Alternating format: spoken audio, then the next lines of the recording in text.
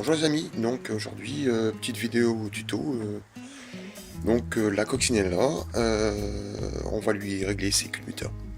Donc je vais tout expliquer pas à pas pour que ce soit le plus facile pour vous. A tout de suite.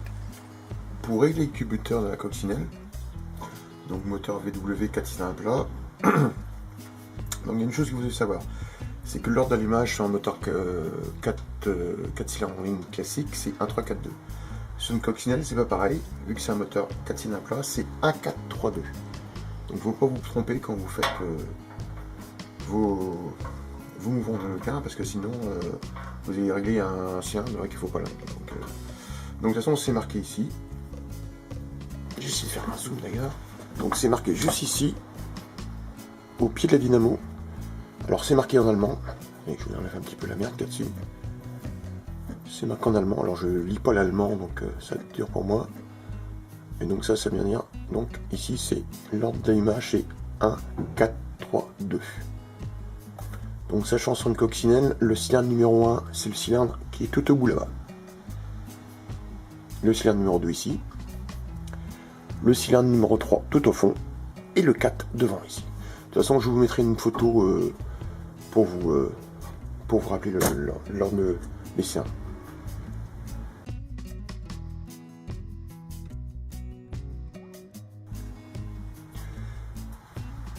Donc pour le réglage du déculbuteur, donc vous placez déjà votre poulie au repère du point mort ici, qui doit être aligné avec le carter. Vous avez le petit bossage ici. Donc ces deux repères étant alignés, donc ça vous permet de savoir que vous êtes au point mort. Mais vous êtes aussi bien au point mort du cylindre numéro 1 que du cylindre numéro 3. Puisque donc un cycle complet d'un moteur 4 temps s'effectue sur 2 tours. Vu qu'on a fait un 4 cylindres, donc vous avez un cycle moteur tous les demi-tours. Et donc sur un tour complet, on peut avoir aussi bien le cylindre numéro 1 qui est en fin de compression, ou le cylindre numéro 3. Donc pour cela, il suffit juste d'aller voir votre allumeur. Donc on dépose la tête d'allumeur. Hop, on la coince ici contre le filtraire. Très bien. Bon. On enlève le doigt. On enlève le petit capuchon parce que on a besoin de le repère. Voilà. Donc c'est ce que je vous disais. Donc là je suis bien sur mon repère de Moreau, mais je suis sur mon cylindre numéro 3. Parce que mon repère pour mon cylindre numéro 1 se trouve ici. Là, vous avez une petite encoche marquée sur l'allumeur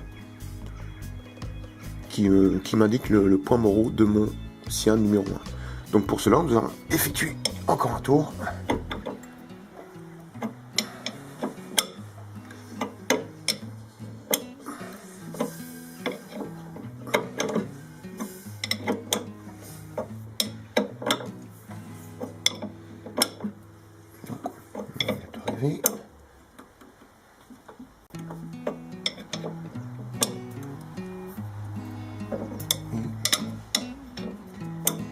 Voilà, nous y sommes. Donc voilà, donc vous voyez pas bien ici, mais je vous mettrai une photo dans la vidéo. Donc on a un repère fixe sur l'allumeur. On a une petite raie qui est matérialisée sur le doigt de l'allumeur. Ces deux-là doivent être alignés. Donc mon repère est aligné sur ma poulie, mes deux repères sont alignés sur ma allumeur, donc je suis sûr d'être sur mon cylindre numéro 1. Donc maintenant on se retrouve en dessous de la voiture pour effectuer le réglage.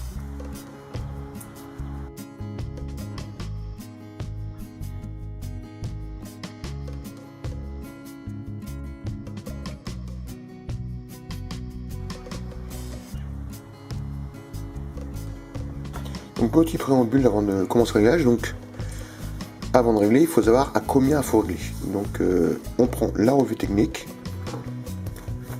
de la coccinelle et on va au chapitre concerné, réglage des jeux culbuteurs, donc moteur froid 0,15 admission, 0,15 échappement. Donc go, on est parti.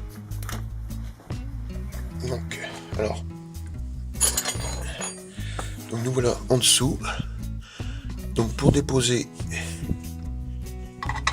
le cache culbuteur, il suffit de faire sauter avec un tournevis ou un levier, le clips, voilà, clac, d'enlever le cache-culbuteur. Bon, excusez-moi pour le bruit, c'est un peu violent. Et donc voici ce qui nous intéresse, les fameux culbuteurs. On peut voir que c'est pas mal, c'est propre. Voilà. Et donc, on peut vérifier que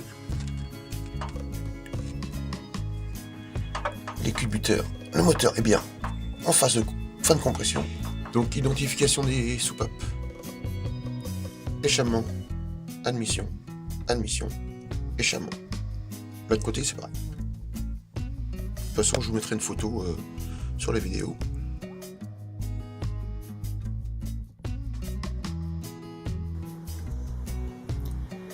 Donc nous voilà, donc le cylindre numéro 1 a été réglé. Maintenant, on va passer sur le cylindre numéro 4. Donc c'est simple, il va falloir faire un demi-tour avec la pluie de regain et un quart de tour avec le d'allumeur. Donc on va se retrouver à peu près devant le trou ici à 90 degrés.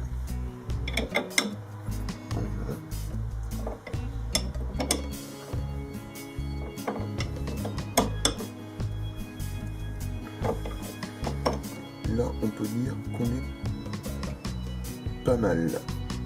Voilà. Donc normalement, notre repère se trouve au bout là, mais on ne le voit pas. Voilà. Là, on est pas mal. Donc, on se retrouve en bas sur le cylindre numéro 4.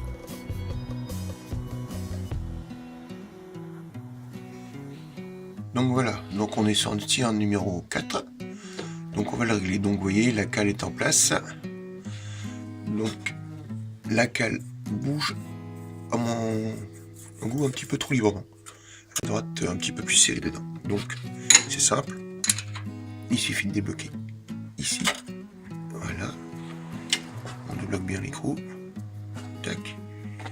Et avec un tournevis, on vient tout simplement serrer ici. Alors on ne sert pas comme un saut non plus. Il faut que ça soit légèrement gras. Voilà, que ça coulisse, que ça force un petit peu, mais pas trop. Là, on est bien. Donc, là, on a fait la mission. On va faire la même chose pour l'échappement. Donc, après qu'on a fait ça, on maintient la vis centralisée avec la tournevis. On serre avec la clé. Là, je peux pas le faire parce que j'ai pas de troisième main, donc je peux pas tenir la caméra en même temps. Et après, c'est bon, le jeu est réglé. Donc, faire ça sur tous les 4 sur les 4 cylindres. Voilà. Donc, on poursuit le processus. Donc, maintenant, on va régler le cylindre numéro 3. Donc, on va se retrouver. Il faut qu'on se retrouve. Donc, notre repère sera là-haut. Notre repère de poulie de requin. Et notre dos d'allumeur se retrouvera à l'opposé du point pour le cylindre numéro 1. Donc, on y va.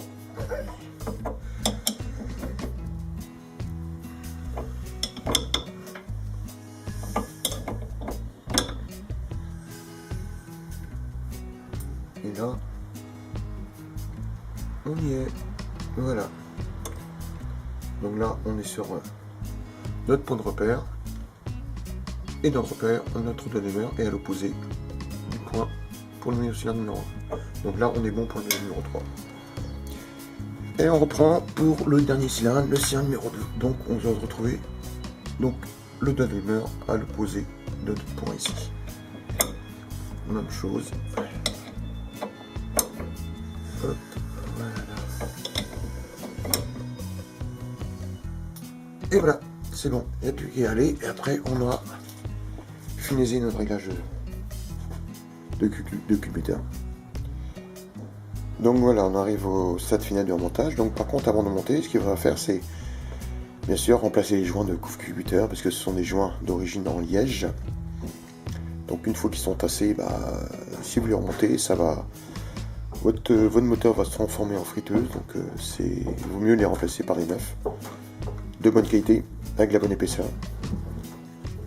Ça vous met à l'abri de tous les risques des conduits peut y avoir avec des fuites.